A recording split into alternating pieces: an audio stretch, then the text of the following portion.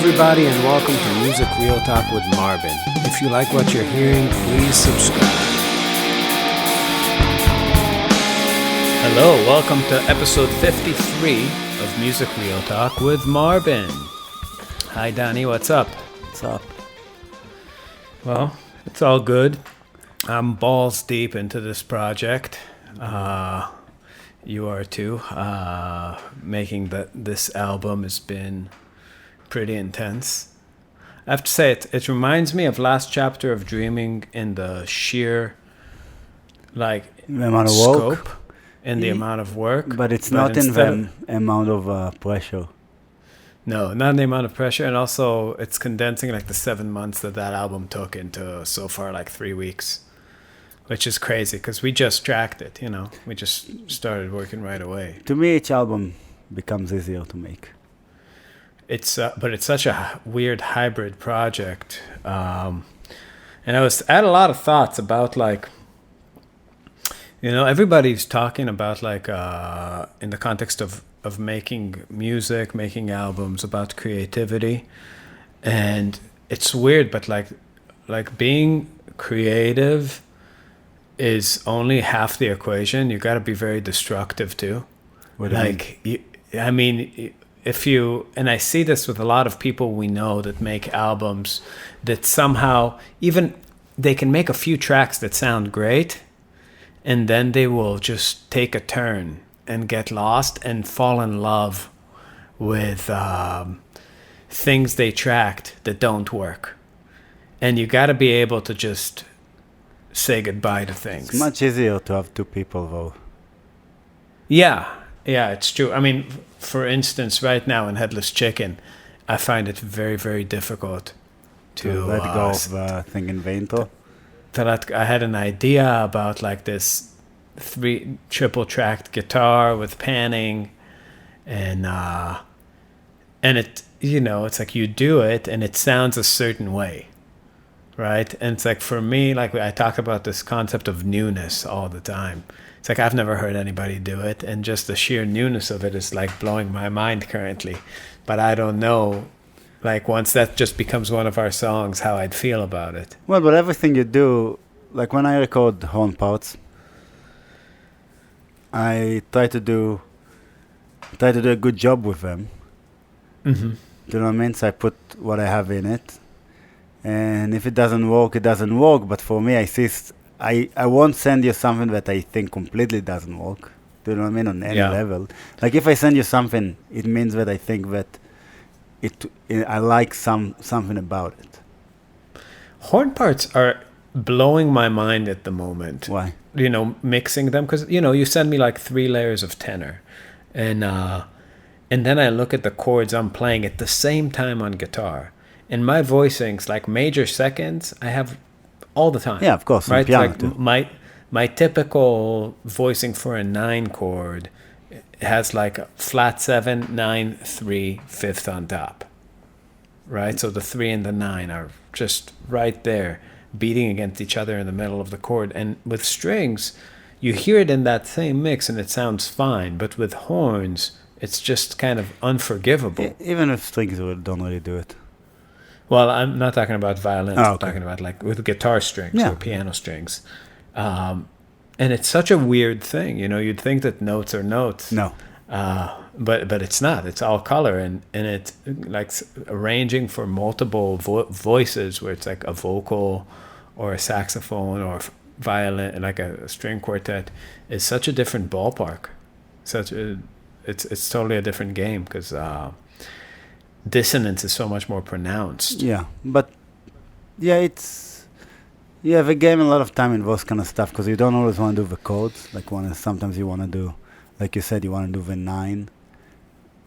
So instead of doing D major, I'm not thinking D major. Instead of doing what's a good? I'm trying to remember what I did though. What I did, a B minor instead of a D major, I think. Mm-hmm. Stuff like that. Or I did... just basic substitutions. I did an augmented. I did, in the B section, I did... I'm trying to think in concert. because the second chord, so it goes from A flat, your A flat, right, to G altered.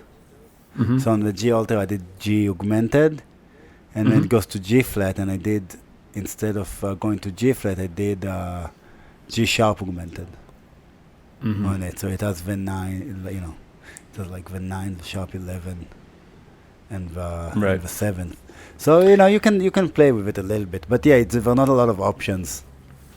It's so weird that when you know harmony, because I think when somebody else thinks about arranging, they think about it like the orchestra or something like that is something that's completely unconstrained. Like you could do whatever you want, and it's totally limitless. And when you have a song that has harmony, to me it's the opposite. There's like 5 things I can think of that will work.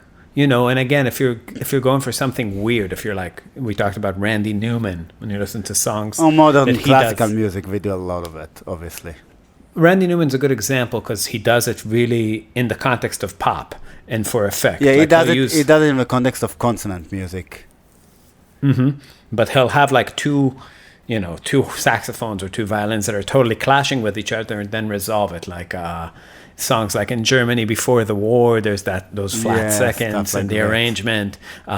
Guilty, there's like that thing where it's like it almost gives you that impression like the orchestra is drunk. It's like it's cartoony, and that's a pretty kind of modern classical tool. But in the context of our music, when you're trying to do like a funk chord, well, it really stands out if you do it. It sounds like it doesn't belong. It doesn't give it like a circusy vibe.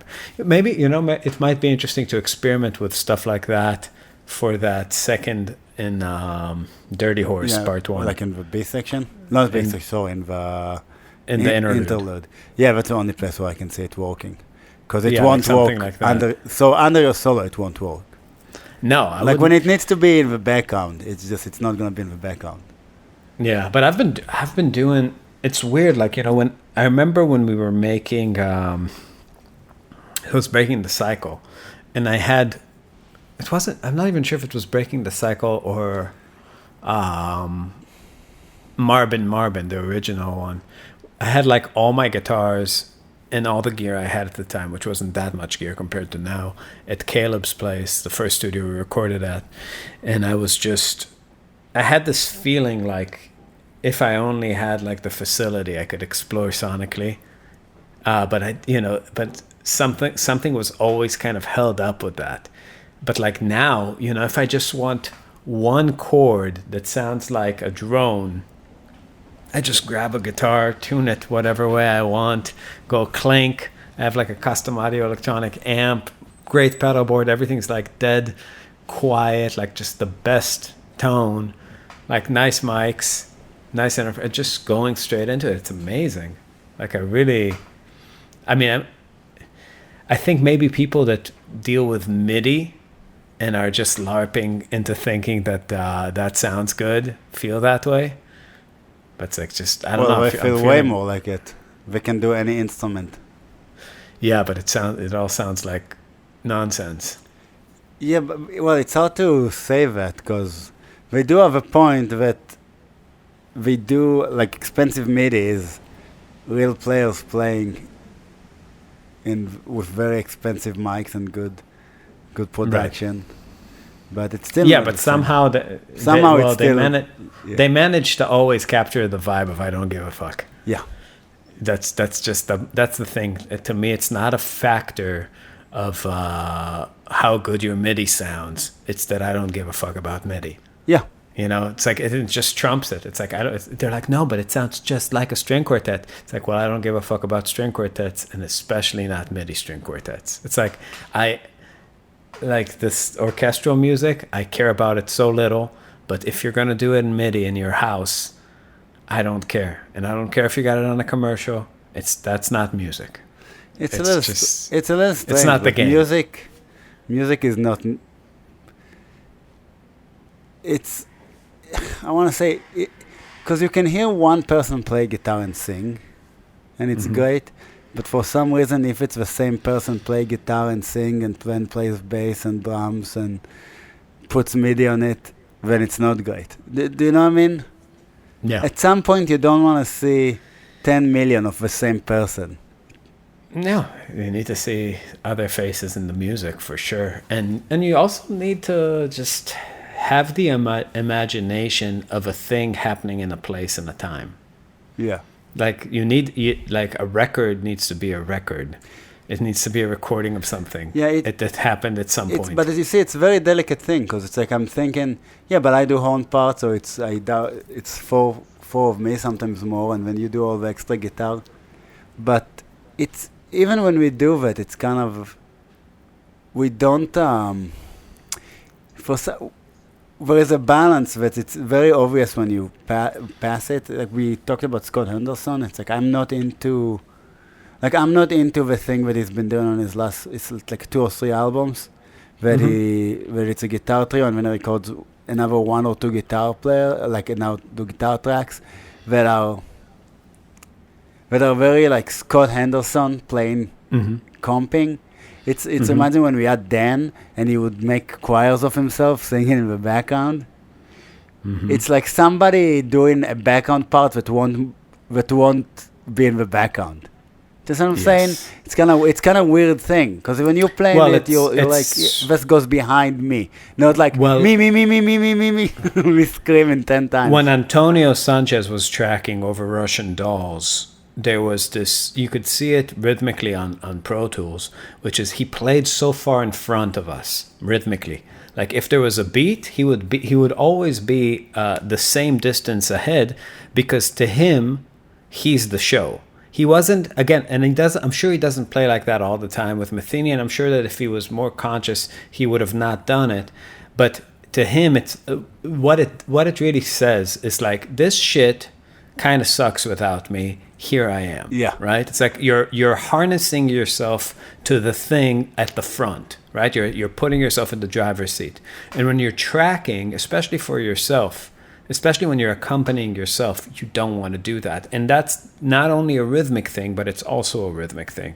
And it's certainly a sonic thing. And for me, I will go and meticulously edit the background parts I record. I just spent I did our song Headless Chicken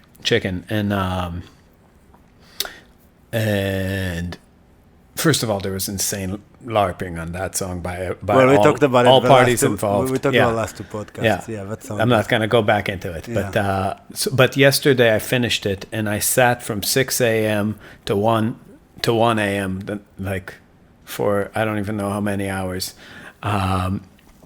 And just worked on that. But I've been working on it since Saturday, like all full days. And I finished it yesterday. And I added a lot of guitars. And I had to go and edit every time I hit, especially with like an envelope filter to make it so like rhythmically specific. And what it does when you're doing that, I would never do that to my guitar solo. But when you do it to a background part, it kind of neuters it a little bit. You know, It takes a lot of its character out. Well, it's almost always hidden with something else. So exactly. So you're making in the background, yeah. It makes it blend. Like really, it's like when we usually don't go quite that Asian on rhythmic for people who don't understand our lingo. Making something Asian means quantizing. Yeah, making it like a Nintendo game.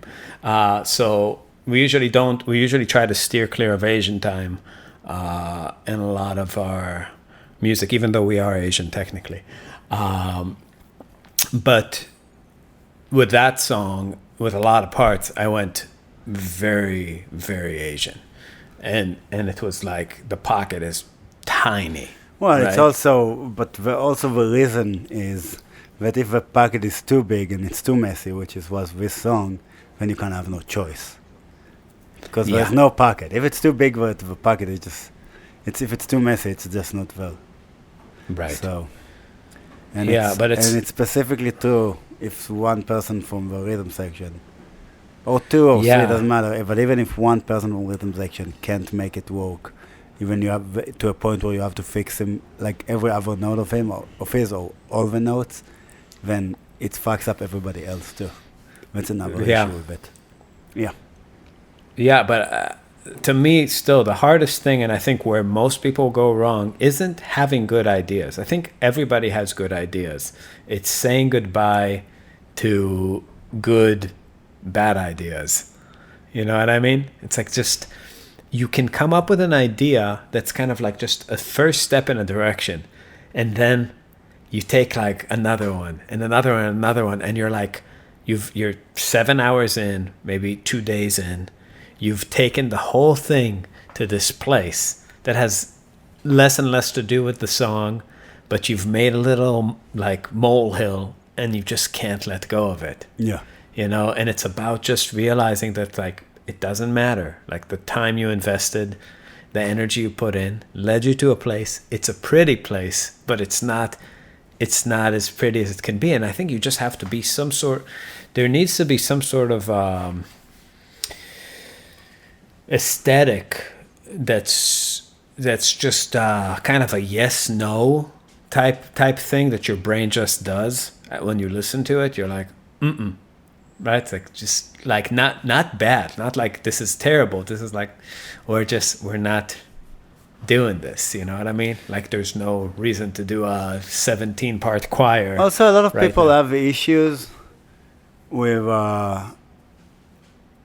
it's like when you send me stuff, I don't have issues hearing more of you on the music. But I know from experience that a lot of people, when other people put stuff on their music, their first reaction is no matter what. Yeah. When you really don't, they don't have perspective, and when they really don't know if you can take their no as something that means anything. Because we've seen it a lot of times. My guess would be that, like, John or Everett, if they heard the mixes, which they haven't yet, would be surprised at how, in the background, a lot of their playing became in some parts. Yeah, for sure. Also, I've stripped some moments away from John. He's not going to be happy about that. But yeah, in our song "World of Computers," I did warn him about it a lot. Yeah.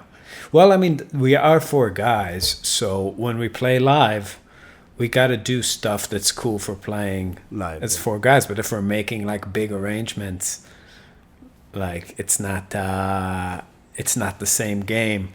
And there's this part, and I like the part because I'm a guitarist, and he's like doing stuff with harmonics. But you were listening to it, and you're like, this is like left hand of the piano 101. In terms of what it is. It has a thing to it, because I can get with its harmonics. But like I always say, and I always tell him, and I tell it to everybody, everything that you do has to have 2 levels of complexity. 3 is usually too much, right? Mm-hmm. It's like, that's Greg, our old drummer territory. That 3 is just a mess. Virgil Donati, yeah. Yeah, that's like it's a mess. It's like you can do whatever. It doesn't mean anything anymore. Nobody gets what you're doing. And it's not like, a really good musician gets what you're doing. No, nobody cares. It's like it's a lot of people will pretend like they do, or will be just, so enthralled with the chaos. Yeah, no, I'm saying I can break it down. Like with Greg, I could break it down because I knew, like we showed him all the stuff with Sulcato. We could break down what he's doing, but it doesn't sound like anything anymore. Mm-hmm. It just sounds like mess. But the other side of it is what I was telling John always, and I tell the students, tell everybody, when you do something that you think is cool on your instrument, 1 layer of complexity is not enough. So you're doing, you have a cool harmonic lick. It's not enough to be interesting unless there is something additional to it. Right. You need some rhythm or some great notes. Yeah, some rhythm, some great notes, something that's like, how Jimmy Rosenberg does it in Sweet Georgia Brown? Yeah. Yeah. Ping, ping, ping. Yeah, so you're like, it's similar, but it's not. It's in the middle of this crazy phrase in the melody and just sits perfectly. It sounds amazing when it does. Right. Right, because it has that extra thing to it. So it's like you always have to do something that's not that obvious. Yeah. And if you do it, and for shows it's fine, but with the album, when we decided we added stuff, it just wasn't very hard for you to find something that's more awesome than it. Yeah. I have to say, the thing I put in place of it is pretty awesome. Yeah, I was listening to it quite a bit. And even the first take I sent you of it, you're like, eh. And then it was like, make it more awesome. I was like, yes, I should try. Just sitting there, it's like, okay, more. What? How do I make this better? Yeah, and but yeah, you know something also about what you said about Russian Dolls and Antonio Sanchez. I don't even know if it's true that he won't do it with Pat Metheny, because we heard, I don't remember the name of the album, but we heard a Pat Metheny trio album, I think, or was it a quartet? I think it was a trio album, but the drums were mixed so far ahead of the guitar, volume-wise and reverb-wise. Like, there was so much reverb on the guitar, and there's barely on the drums, so it sounded like a drum album with a guitar background. yeah. And I don't remember which album it was, but it was one of his new ones, probably like last 2 years or 3 years. And then there is like Miliana. And then Greg used to say it on our music, that the way he would hear our music is drums up front. Like, drums is the main thing you listen to when you listen to our music, and then everything that we do comes in second. And that's not where we hear it. Right? Yeah, well, then we heard his album. It sounded like drum backing tracks. That was pretty insane, because in his album, he barely did anything drum-wise, too. Like, it's not like he went crazy. Like, his playing on our album is way crazier. Yeah, it was very weird. It was like his musical vision, like he was, I think he was trying to do the college thing of like showing everybody that he's tasteful, but it ended up being like, sort of reminded me like of Alice in Chains backing tracks or something. That's what I kept thinking. I thought it's kind of like a toddler that's like, look at me, like when everybody's talking, they're talking like Blake, talking to toddlers. Like, look, when we would talk and he would also start saying words, just random words, but when we would stop to listen what he had to say, he would stop. You know what I mean? One of my favorite moments with Blake is we were in Charlotte. We were hanging out with like some guys after the show, and one of them's like a voice-over actor. We're all sitting around a table, eating food, talking, having a great time, and like the conversation kind of went around the table, and everybody was like chiming in, and like like I was talking like blah blah blah blah blah, something about like iPhones, social media, attention, and it's like the usual. Yeah, attention, and then like. There's like a moment of silence, and Blake just goes, computers. And we're like, what? Computers? It's like, fuck! Yeah. He was just repeating to participate. It was so cute. Yeah, and exactly. So that's what he would do. So I feel like with Greg a little bit, when we did all the shit, it really gave him like, look, I'm doing all that stuff. Listen to the drums, don't listen to them. But when he didn't have that up front, it was like, no. Wait, what? I don't want to do all that shit. What was the thing in Canada with the Asians? It wasn't in Canada. It was in... Oh, that's so long. I don't understand how you're going to explain it. No, How are you? No, we were in British Columbia or no, Ontario. No, we were in Ontario. We were in London, not in London, in Toronto. Yeah. Because it was the day where we got our car towed, and then Ben went to a strip club, and he paid her to give him a handy or something, and then she just took his money and didn't do it, and then he started freaking out, and we kicked him out of the club because she cheated him out of his money. Sneaky Canadians. Yeah. Don't respect deals. Don't respect handshake deals. So we were commenting positively on the diversity that we had in Canada. How many Asians we have here. And I used to live in China, like by Chinatown, so a lot of Chinese people by where I used to live in Chicago. And I was saying something about how it's like my neighborhood, kind of like the entire city. And then we went... Months later.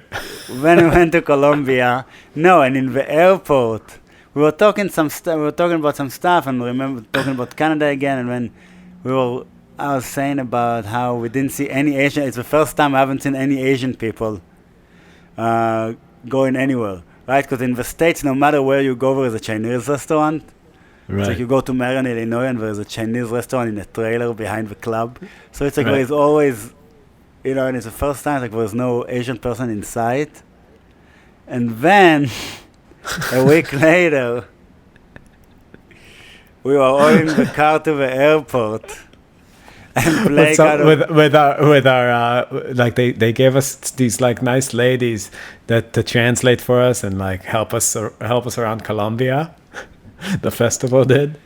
So Blake said to them, "There are no Asians here." So I asked him immediately, "So what? Do you have problems with Asians?" And he's like, fuck.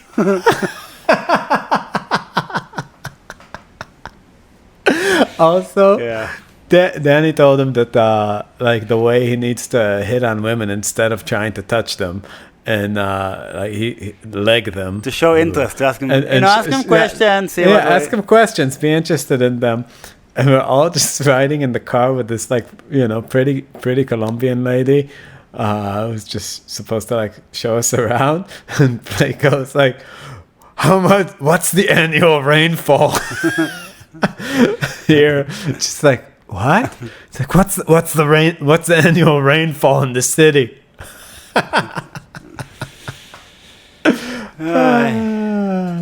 I miss him. No, No, I don't. It was perfect. There was stuff about him I liked, like his character. The most thing I liked about him is that I know he would never live on his own. Well, the one thing He was very dependable. The one thing I really miss is that I know every day was a great story that I'll never remember. Yeah. Like the feeling, I really should have. That's the one big regret that I didn't keep a journal where I just wrote that. Yeah, because we would go back from tour the last day and we would drop him off in the suburbs. And on the way back to Chicago, we'll reminisce about the tour and all the crazy shit he did. And it was always insane, and was insane amount too. Because he doesn't, like Dani said, every single day he would say and do something crazy. It was every action, every moment of every day was like this comedic, like insane person. Yeah. It's, it's almost as if like you have a car and it has to go 300 miles an hour and there's no wheel to steer it, and you just send it and you're like, I wonder if there's gonna be any like damage, and it's just ripping through a city like in Carmageddon, and it's just you're just observing this thing running through society, just train wreck after train wreck after everywhere train we wreck go. after Really, train everywhere wreck. we go, every day, every moment of every day, it's just a fucking train wreck. It like was every amazing. every interaction with somebody outside of a band was insane. So I had Sid Yiddish over. Yeah, I was there talking about crazy people. I was there. Well, I recorded him on the album. I'm really hoping, really hoping that with the shofar, I already found a way to use. I just want some highlights to make it to the podcast. If you were ever curious about, some Toothbrush music. 1 second.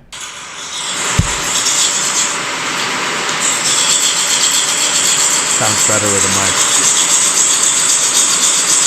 If you want to get real nostalgic, you probably don't remember what it sounds like, but here it is.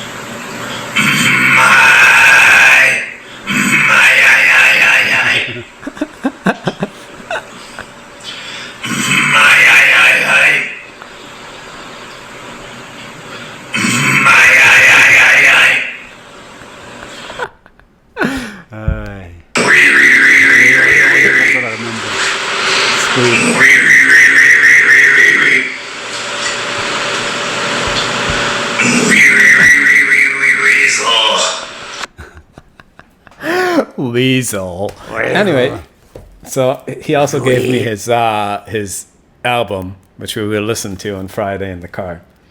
Yeah, that was, I had mixed feelings about that interaction because on the one hand, it's very funny, and he is into it. Like, he wants his stuff out there, and he considers this his thing. On the other hand, I just felt very bad for him. No, he is, like I told you, he thinks he thinks that he should be. He's one of the people. You don't meet a lot of people like that, but I did meet a couple of people like that. I think that Noah, honestly, the drummer that we first played with, is a little bit like that too. Like people that think they should be famous, but not like fusion famous, like me and Dani thinking like people that are into guitar and saxophone and fusion should know our music and then know us as players. It's people that see the pictures from the Met Gala and they're like, we're supposed to be there on the red carpet. Or, or like they're seeing, they think that they need to have documentaries about them. It's that kind of... Well, yeah, I think it's thinking... It's murky territory, sure. Thinking that, like, the way you live your life is your art. Yeah, like, and but everything about you. Like, everything about you and everything about what you do. Sort of like Andy Warhol minus the sculpting and painting and whatever he did. I don't know. Collecting of cans. Like, just being kind of an artist of living. The problem is that, well, I was talking to you about the newness of it, like the fact that, but you remember when Tonzo, your teacher from Berkeley, asked you how many things you can do? So the problem is with all these people, they can't do a lot of things and they don't add anything. Like Sid Yiddish still does the shofar, still does the toothbrush, still does the zui. Yeah. Right? And that's what he did when we knew him 12 years ago. And it's not like he went deeper into it, right? So we played guitar and saxophone, but we went way deeper into guitar and saxophone and music. But he didn't go deeper into it. So it's just, I think how much can you get from the same thing? The deeper point here, and the one that really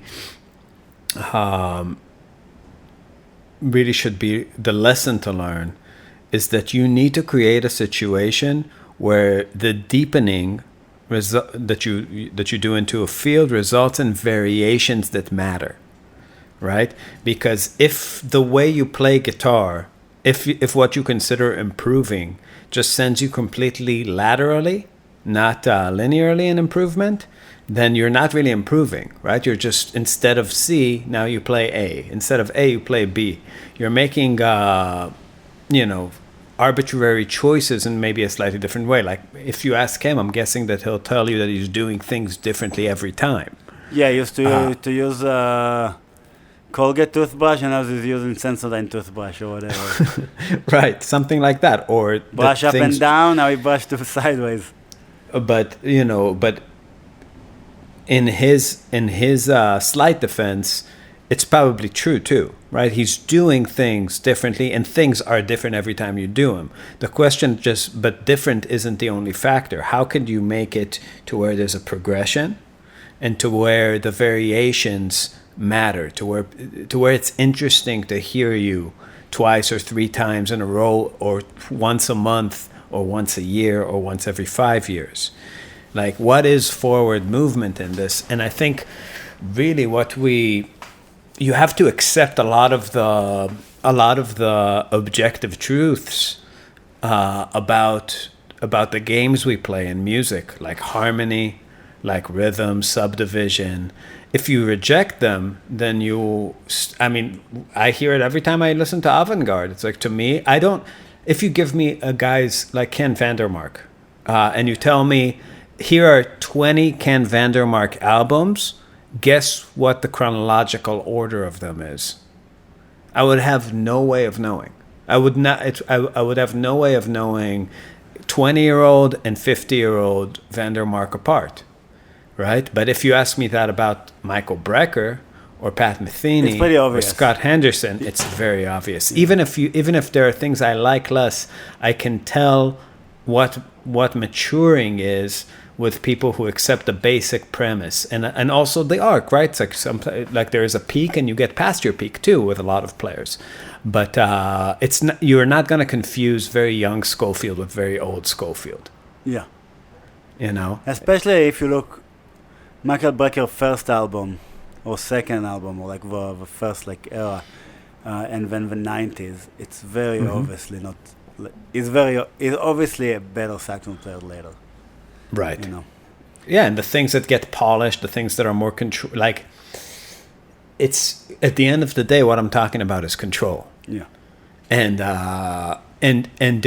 when you're 2 feet in chaos, there is no control. You're just a vessel for that chaos. You're making a sound. I think for people maybe to understand it better is this: if you have a dinner party and one of the guests gets naked, jump on the table, and starts singing an opera, it might be the best dinner party you had, and you're gonna talk about it for the rest of your life.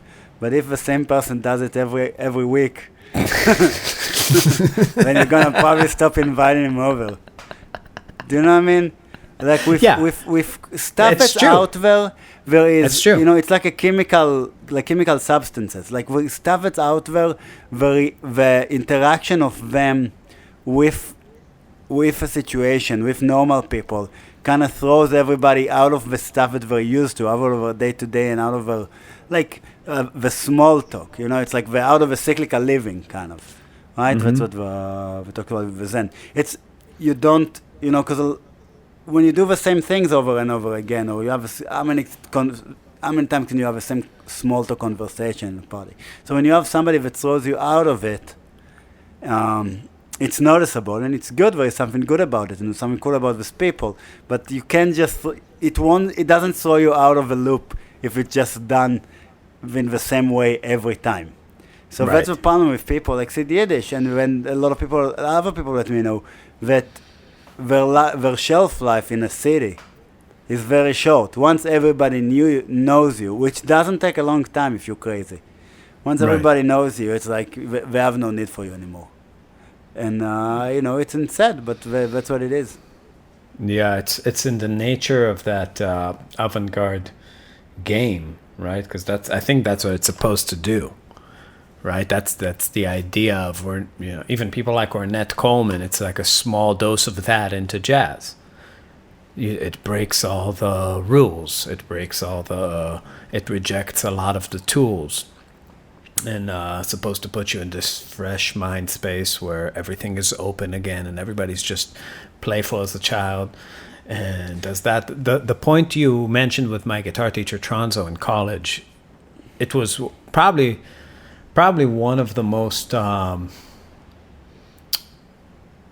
insightful things a teacher ever did with me. You know, I guess most of my rhythmic and harmonic advancing was done on my own, but with Tronzo, he told me to literally make a list of everything I can do, and I was like, "What do you mean?"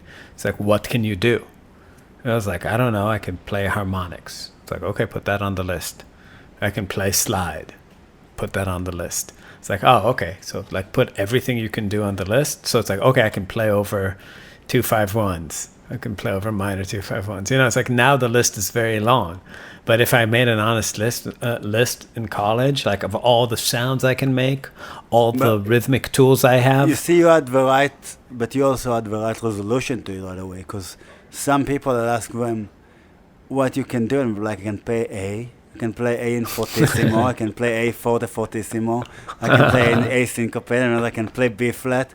And the list will be very long, but it shouldn't be very long. Yeah, it's nothing. Yeah. It's not true.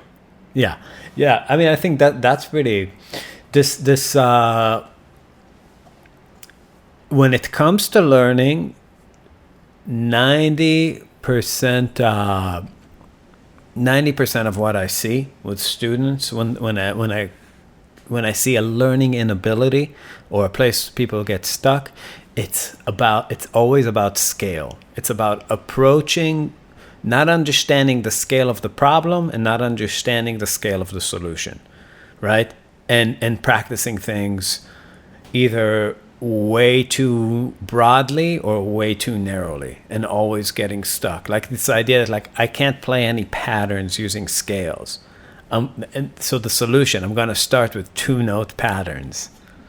And then they just spend eternity with something that, you know, is not really a big thing. And then move that through all the scales. And you never get to that place that's actually helping your playing, because you probably need some 4-note patterns or some 6-note patterns, because those are the patterns people play. So if everything is kind of like, well, I want to be methodical, I want to start from scratch and really get it this time, then you're always in this play. It's just not accepting the chaos of starting from solidly in the middle from where you would think you would be helping yourself. Yeah. Right? No urgency. And again, these people that start from the beginning every time they take themselves, kind of by the bootstrap and get it together for real this time, have the right kind of idea if life was 20,000 years long. That would be the way to do it if time didn't exist. Probably. But time does exist. Yeah, even that it's not really true, because they go to a place, it's like we said with the chaos, they just go to a place that there is no chaos, really. You have to be in chaos to improve, and they go to a place where there is no chaos. And you see it all the time. And well, a part of being a child is being shielded by a very thick layer of LARPing. Yeah, but you play, so if you just practice playing whole notes, let's say not whole notes, let's say quarter notes, okay? In a normal speed, like do, do, do, do, do, do. And you're thinking to yourself, well, would Victor Wooten playing with quarter notes sound the same? No, it wouldn't. But if you think by trying to really concentrate, like you're pooping and playing quarter notes, like you're gonna improve your quarter notes, it's insanity. That's not how music works. You have to work on you basically got quarter notes. You got it, not 100% there, but you got it 70% there. Okay? Yeah. So, you can't just work on 30% that's not there, or like 20% not there. You will never get to 100. You have to work on a million things, and then everything is gonna get better. It's really holistic. But people don't get it about music and about art, and that's the problem that computer engineers have. I always feel like with music, because they have the disease of being methodical. Like you do A, B, C, D, and at the end you know how to do it. It's like, no, that's not how it works with music. No. So no, not by a long shot. It's it's weird. My brother's son, my nephew Aviv, is getting into guitar. He's excited about it, and started learning from an app or something, and maybe we'll start actual lessons. And I was thinking about, I'm just trying to get him like that zombie bite that takes over. Like he's a zombie bite away from like getting into it. He's not into it. He likes how they look now, and he likes the idea of playing guitar. I think he likes, he's into me being his uncle. And he can probably tell that your brother and his wife are not super into it. Maybe, on I don't some know. Level. Maybe, I'm guessing. But he's still young. But he still hasn't had that moment where, I don't know if it will ever happen, but like when you listen to Metallica or to Marty Friedman or Malmsteen, you're like, fuck.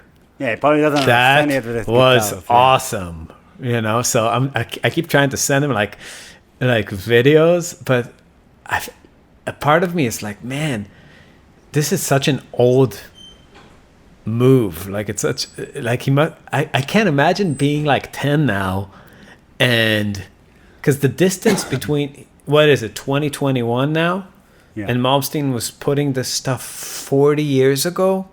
So if I was 10, like 1990, that would be like somebody playing something from 1950. How fucked up is that? Yeah, but that makes sense, because that's what I did with saxophone. I know, but like I can't believe that me showing my nephew Malmsteen is like my uncle showing me Charlie Parker. I think it's also the problem that of technology that we just don't understand, because I can't imagine what it's like to be now. Because I heard Charlie Parker on CD and Dexter Gordon and all those people on CDs, or even cassettes. So, yeah, I don't know. I was sending him like For the Love of God, Steve Vai, and like Satch Boogie, like the stuff that I think a kid would like, but I think for because our stuff is a little bit like what would he couldn't even make sense out of it. What I would feel like somebody his age. It's so weird, man. When it's somebody like that you love and you actually care, like you want to. I want to jump in the music with like as if it's like a blackboard, and I had like a laser pointer or something, and just show him the guitar solo. Like, you hear this, but do you really hear it? Do you really? This is awesome. This is what awesome is. New word, awesome. This is awesome. It doesn't work. It has to happen. It has to happen. That's very frustrating. That's very frustrating. That is an internal combustion. Yeah, but then maybe he's not supposed to be a musician, that's right. Or be into music. I just find the idea that he's coming to me and be like, I'm excited about this, exciting. So I want that for him because it's a very exciting path. Yeah. But Does he listen to music? He's a little bit young. Does he listen to music? I don't think so. I don't think yet. Not really. I mean, he likes it, but. It's a little young. Once he starts develop, I mean, I just remember. I think for me, it started with a CD collection, like immediately starting to collect music and actually listen to them. And I used to be really into music before I was playing and before jazz. Right, I listened to a lot of music. Just listening to music as a kid, and I think. It's weird to say because a lot of people do, and not everybody becomes a musician. I'm saying, but usually those people, I feel like those kids become music fans at least, right? Because I was already, even if I didn't understand it at the time, I was already a music fan. Like I knew, most of the Beatles songs, even though I didn't know English really well. I already knew most of the Beatles songs by heart. I knew a lot of Matti Caspian or Yoni Rechter, like Israeli guys. I knew Meir Ariel. I knew a lot of stuff already by heart, like a lot of music. So, I feel like if you're not in, you have to get the thing into music before you get into playing, kind of. Yeah. But sometimes 10 is a little young, so it's like I loved cassettes. Yeah. I remember tactilely just loving them. Yeah, everything I'm talking about, that's cassettes, right? Because we didn't really have CDs until I was 13, 14, yeah. So. Yeah. I don't know, man. Maybe I'll get a cassette player for my... when I have a kid. But you see, that's another thing. That's like, maybe it's just because YouTube or Spotify is not as exciting. It's a shitty thing. I almost never listen to music now. I just don't like listening to Spotify. It's like, something about it is like the yuppie cook dinner thing. I was almost about to give up and sign up to Spotify because I'm annoyed at YouTube. I'm signed up just because I can't stand the commercials and I do use it, but I don't know, man. I miss the physical part of it so much. That was half the battle. It's better to listen to 10 of your favorite cassettes over and over again than a billion things on Spotify. Also, honestly, that there is no, and now we're now part of a problem. I can tell people that I had this idea that to put our YouTube versions on Spotify, and so. In a desperate attempt to get on Spotify playlist, which we haven't yet, but it's like a lot of people do the exact same thing. It's like they pollute, like their discography is polluted on streaming services. Like we would put less, we didn't think that Shredding in Sweetwater is really a CD in the same way that other stuff is CD. We never printed it. No, it's a bootleg. Right, and it's like a fancy bootleg. Yeah. Right, and I appreciate all of you that bought it, But I'm saying it's like, it's not. It's just old songs, and you just play it live, and it's just, no separation, and not that it wasn't even after a tour. We just went to do it after not playing together for years, so it was fun, but it's not what we usually put out, and a lot of people do that. On their Spotify, there's a lot of it, and it's very tough to tell what it is. It's like you look at our latest release now. It's like it's Redline. It was from 2015. Right. And we did it in one room without a click, just all of us playing without headphones even.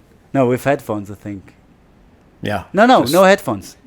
just you with headphones? No, I didn't have headphones. I couldn't hear No? saxophone. No, I could barely hear saxophone. Oh, That's right. because we didn't want it to look bad. Yeah. So we didn't even have headphones on. We could barely hear saxophone. I think Greg had headphones. Maybe He had a Greg click. did because he was. Yeah. Yeah. But that's it. Yeah. And you know what I mean? So yeah, it's tough. It's not the same. It's not like it's like it used to be, and you don't get. And it's very hard. It's very hard for me now because it's like people that I got into. You know, I told you I've been obsessed with it, and Alma also really likes it. That Blaze Foley song, Clay Pigeons. So I try to put some other songs. It's so difficult for me to sit down and listen to an album of songs that are most of them are not that good. Mm-hmm. And like if something doesn't catch you right away, it's very hard to make yourself listen to it begin to end. And when you had albums, you did it a lot of times. Yeah. Yeah, you give things a chance for sure. I like this idea of cassettes. I'll run this by Soraya. I think she's a child of the 80s. She's going to love it. Yeah, she probably had a cassette collection. Yeah. Awesome. All right. I think this is enough for today. I'm going to go get back to working on this album. Check out our stuff. Music is at marbinmusic.bandcamp.com. Facebook.com/marbinmusic. Redline from 2015 is now streaming on Spotify, so go stream that without a video. And we're playing shows this weekend, Friday in Lafayette, Indiana. Why are we doing it? I don't know. And Saturday in Peoria, Illinois. By the way, can we talk about something else quickly? That guy from the Kingdom is not coming, is not writing me back, is not answering my calls, nothing. He's just like sitting in like a castle with bitches, twirling your little cable. The cable that I need from France, I can't get it. It's gonna be super expensive for me to get him to ship just that one cable. Yeah. It's really fucked up. You're fucked. Yeah, it's really fucking annoying. Anyway. Call him. Call the venue. Yeah, I'm gonna do it tonight. All right, guys. See you later. Bye-bye.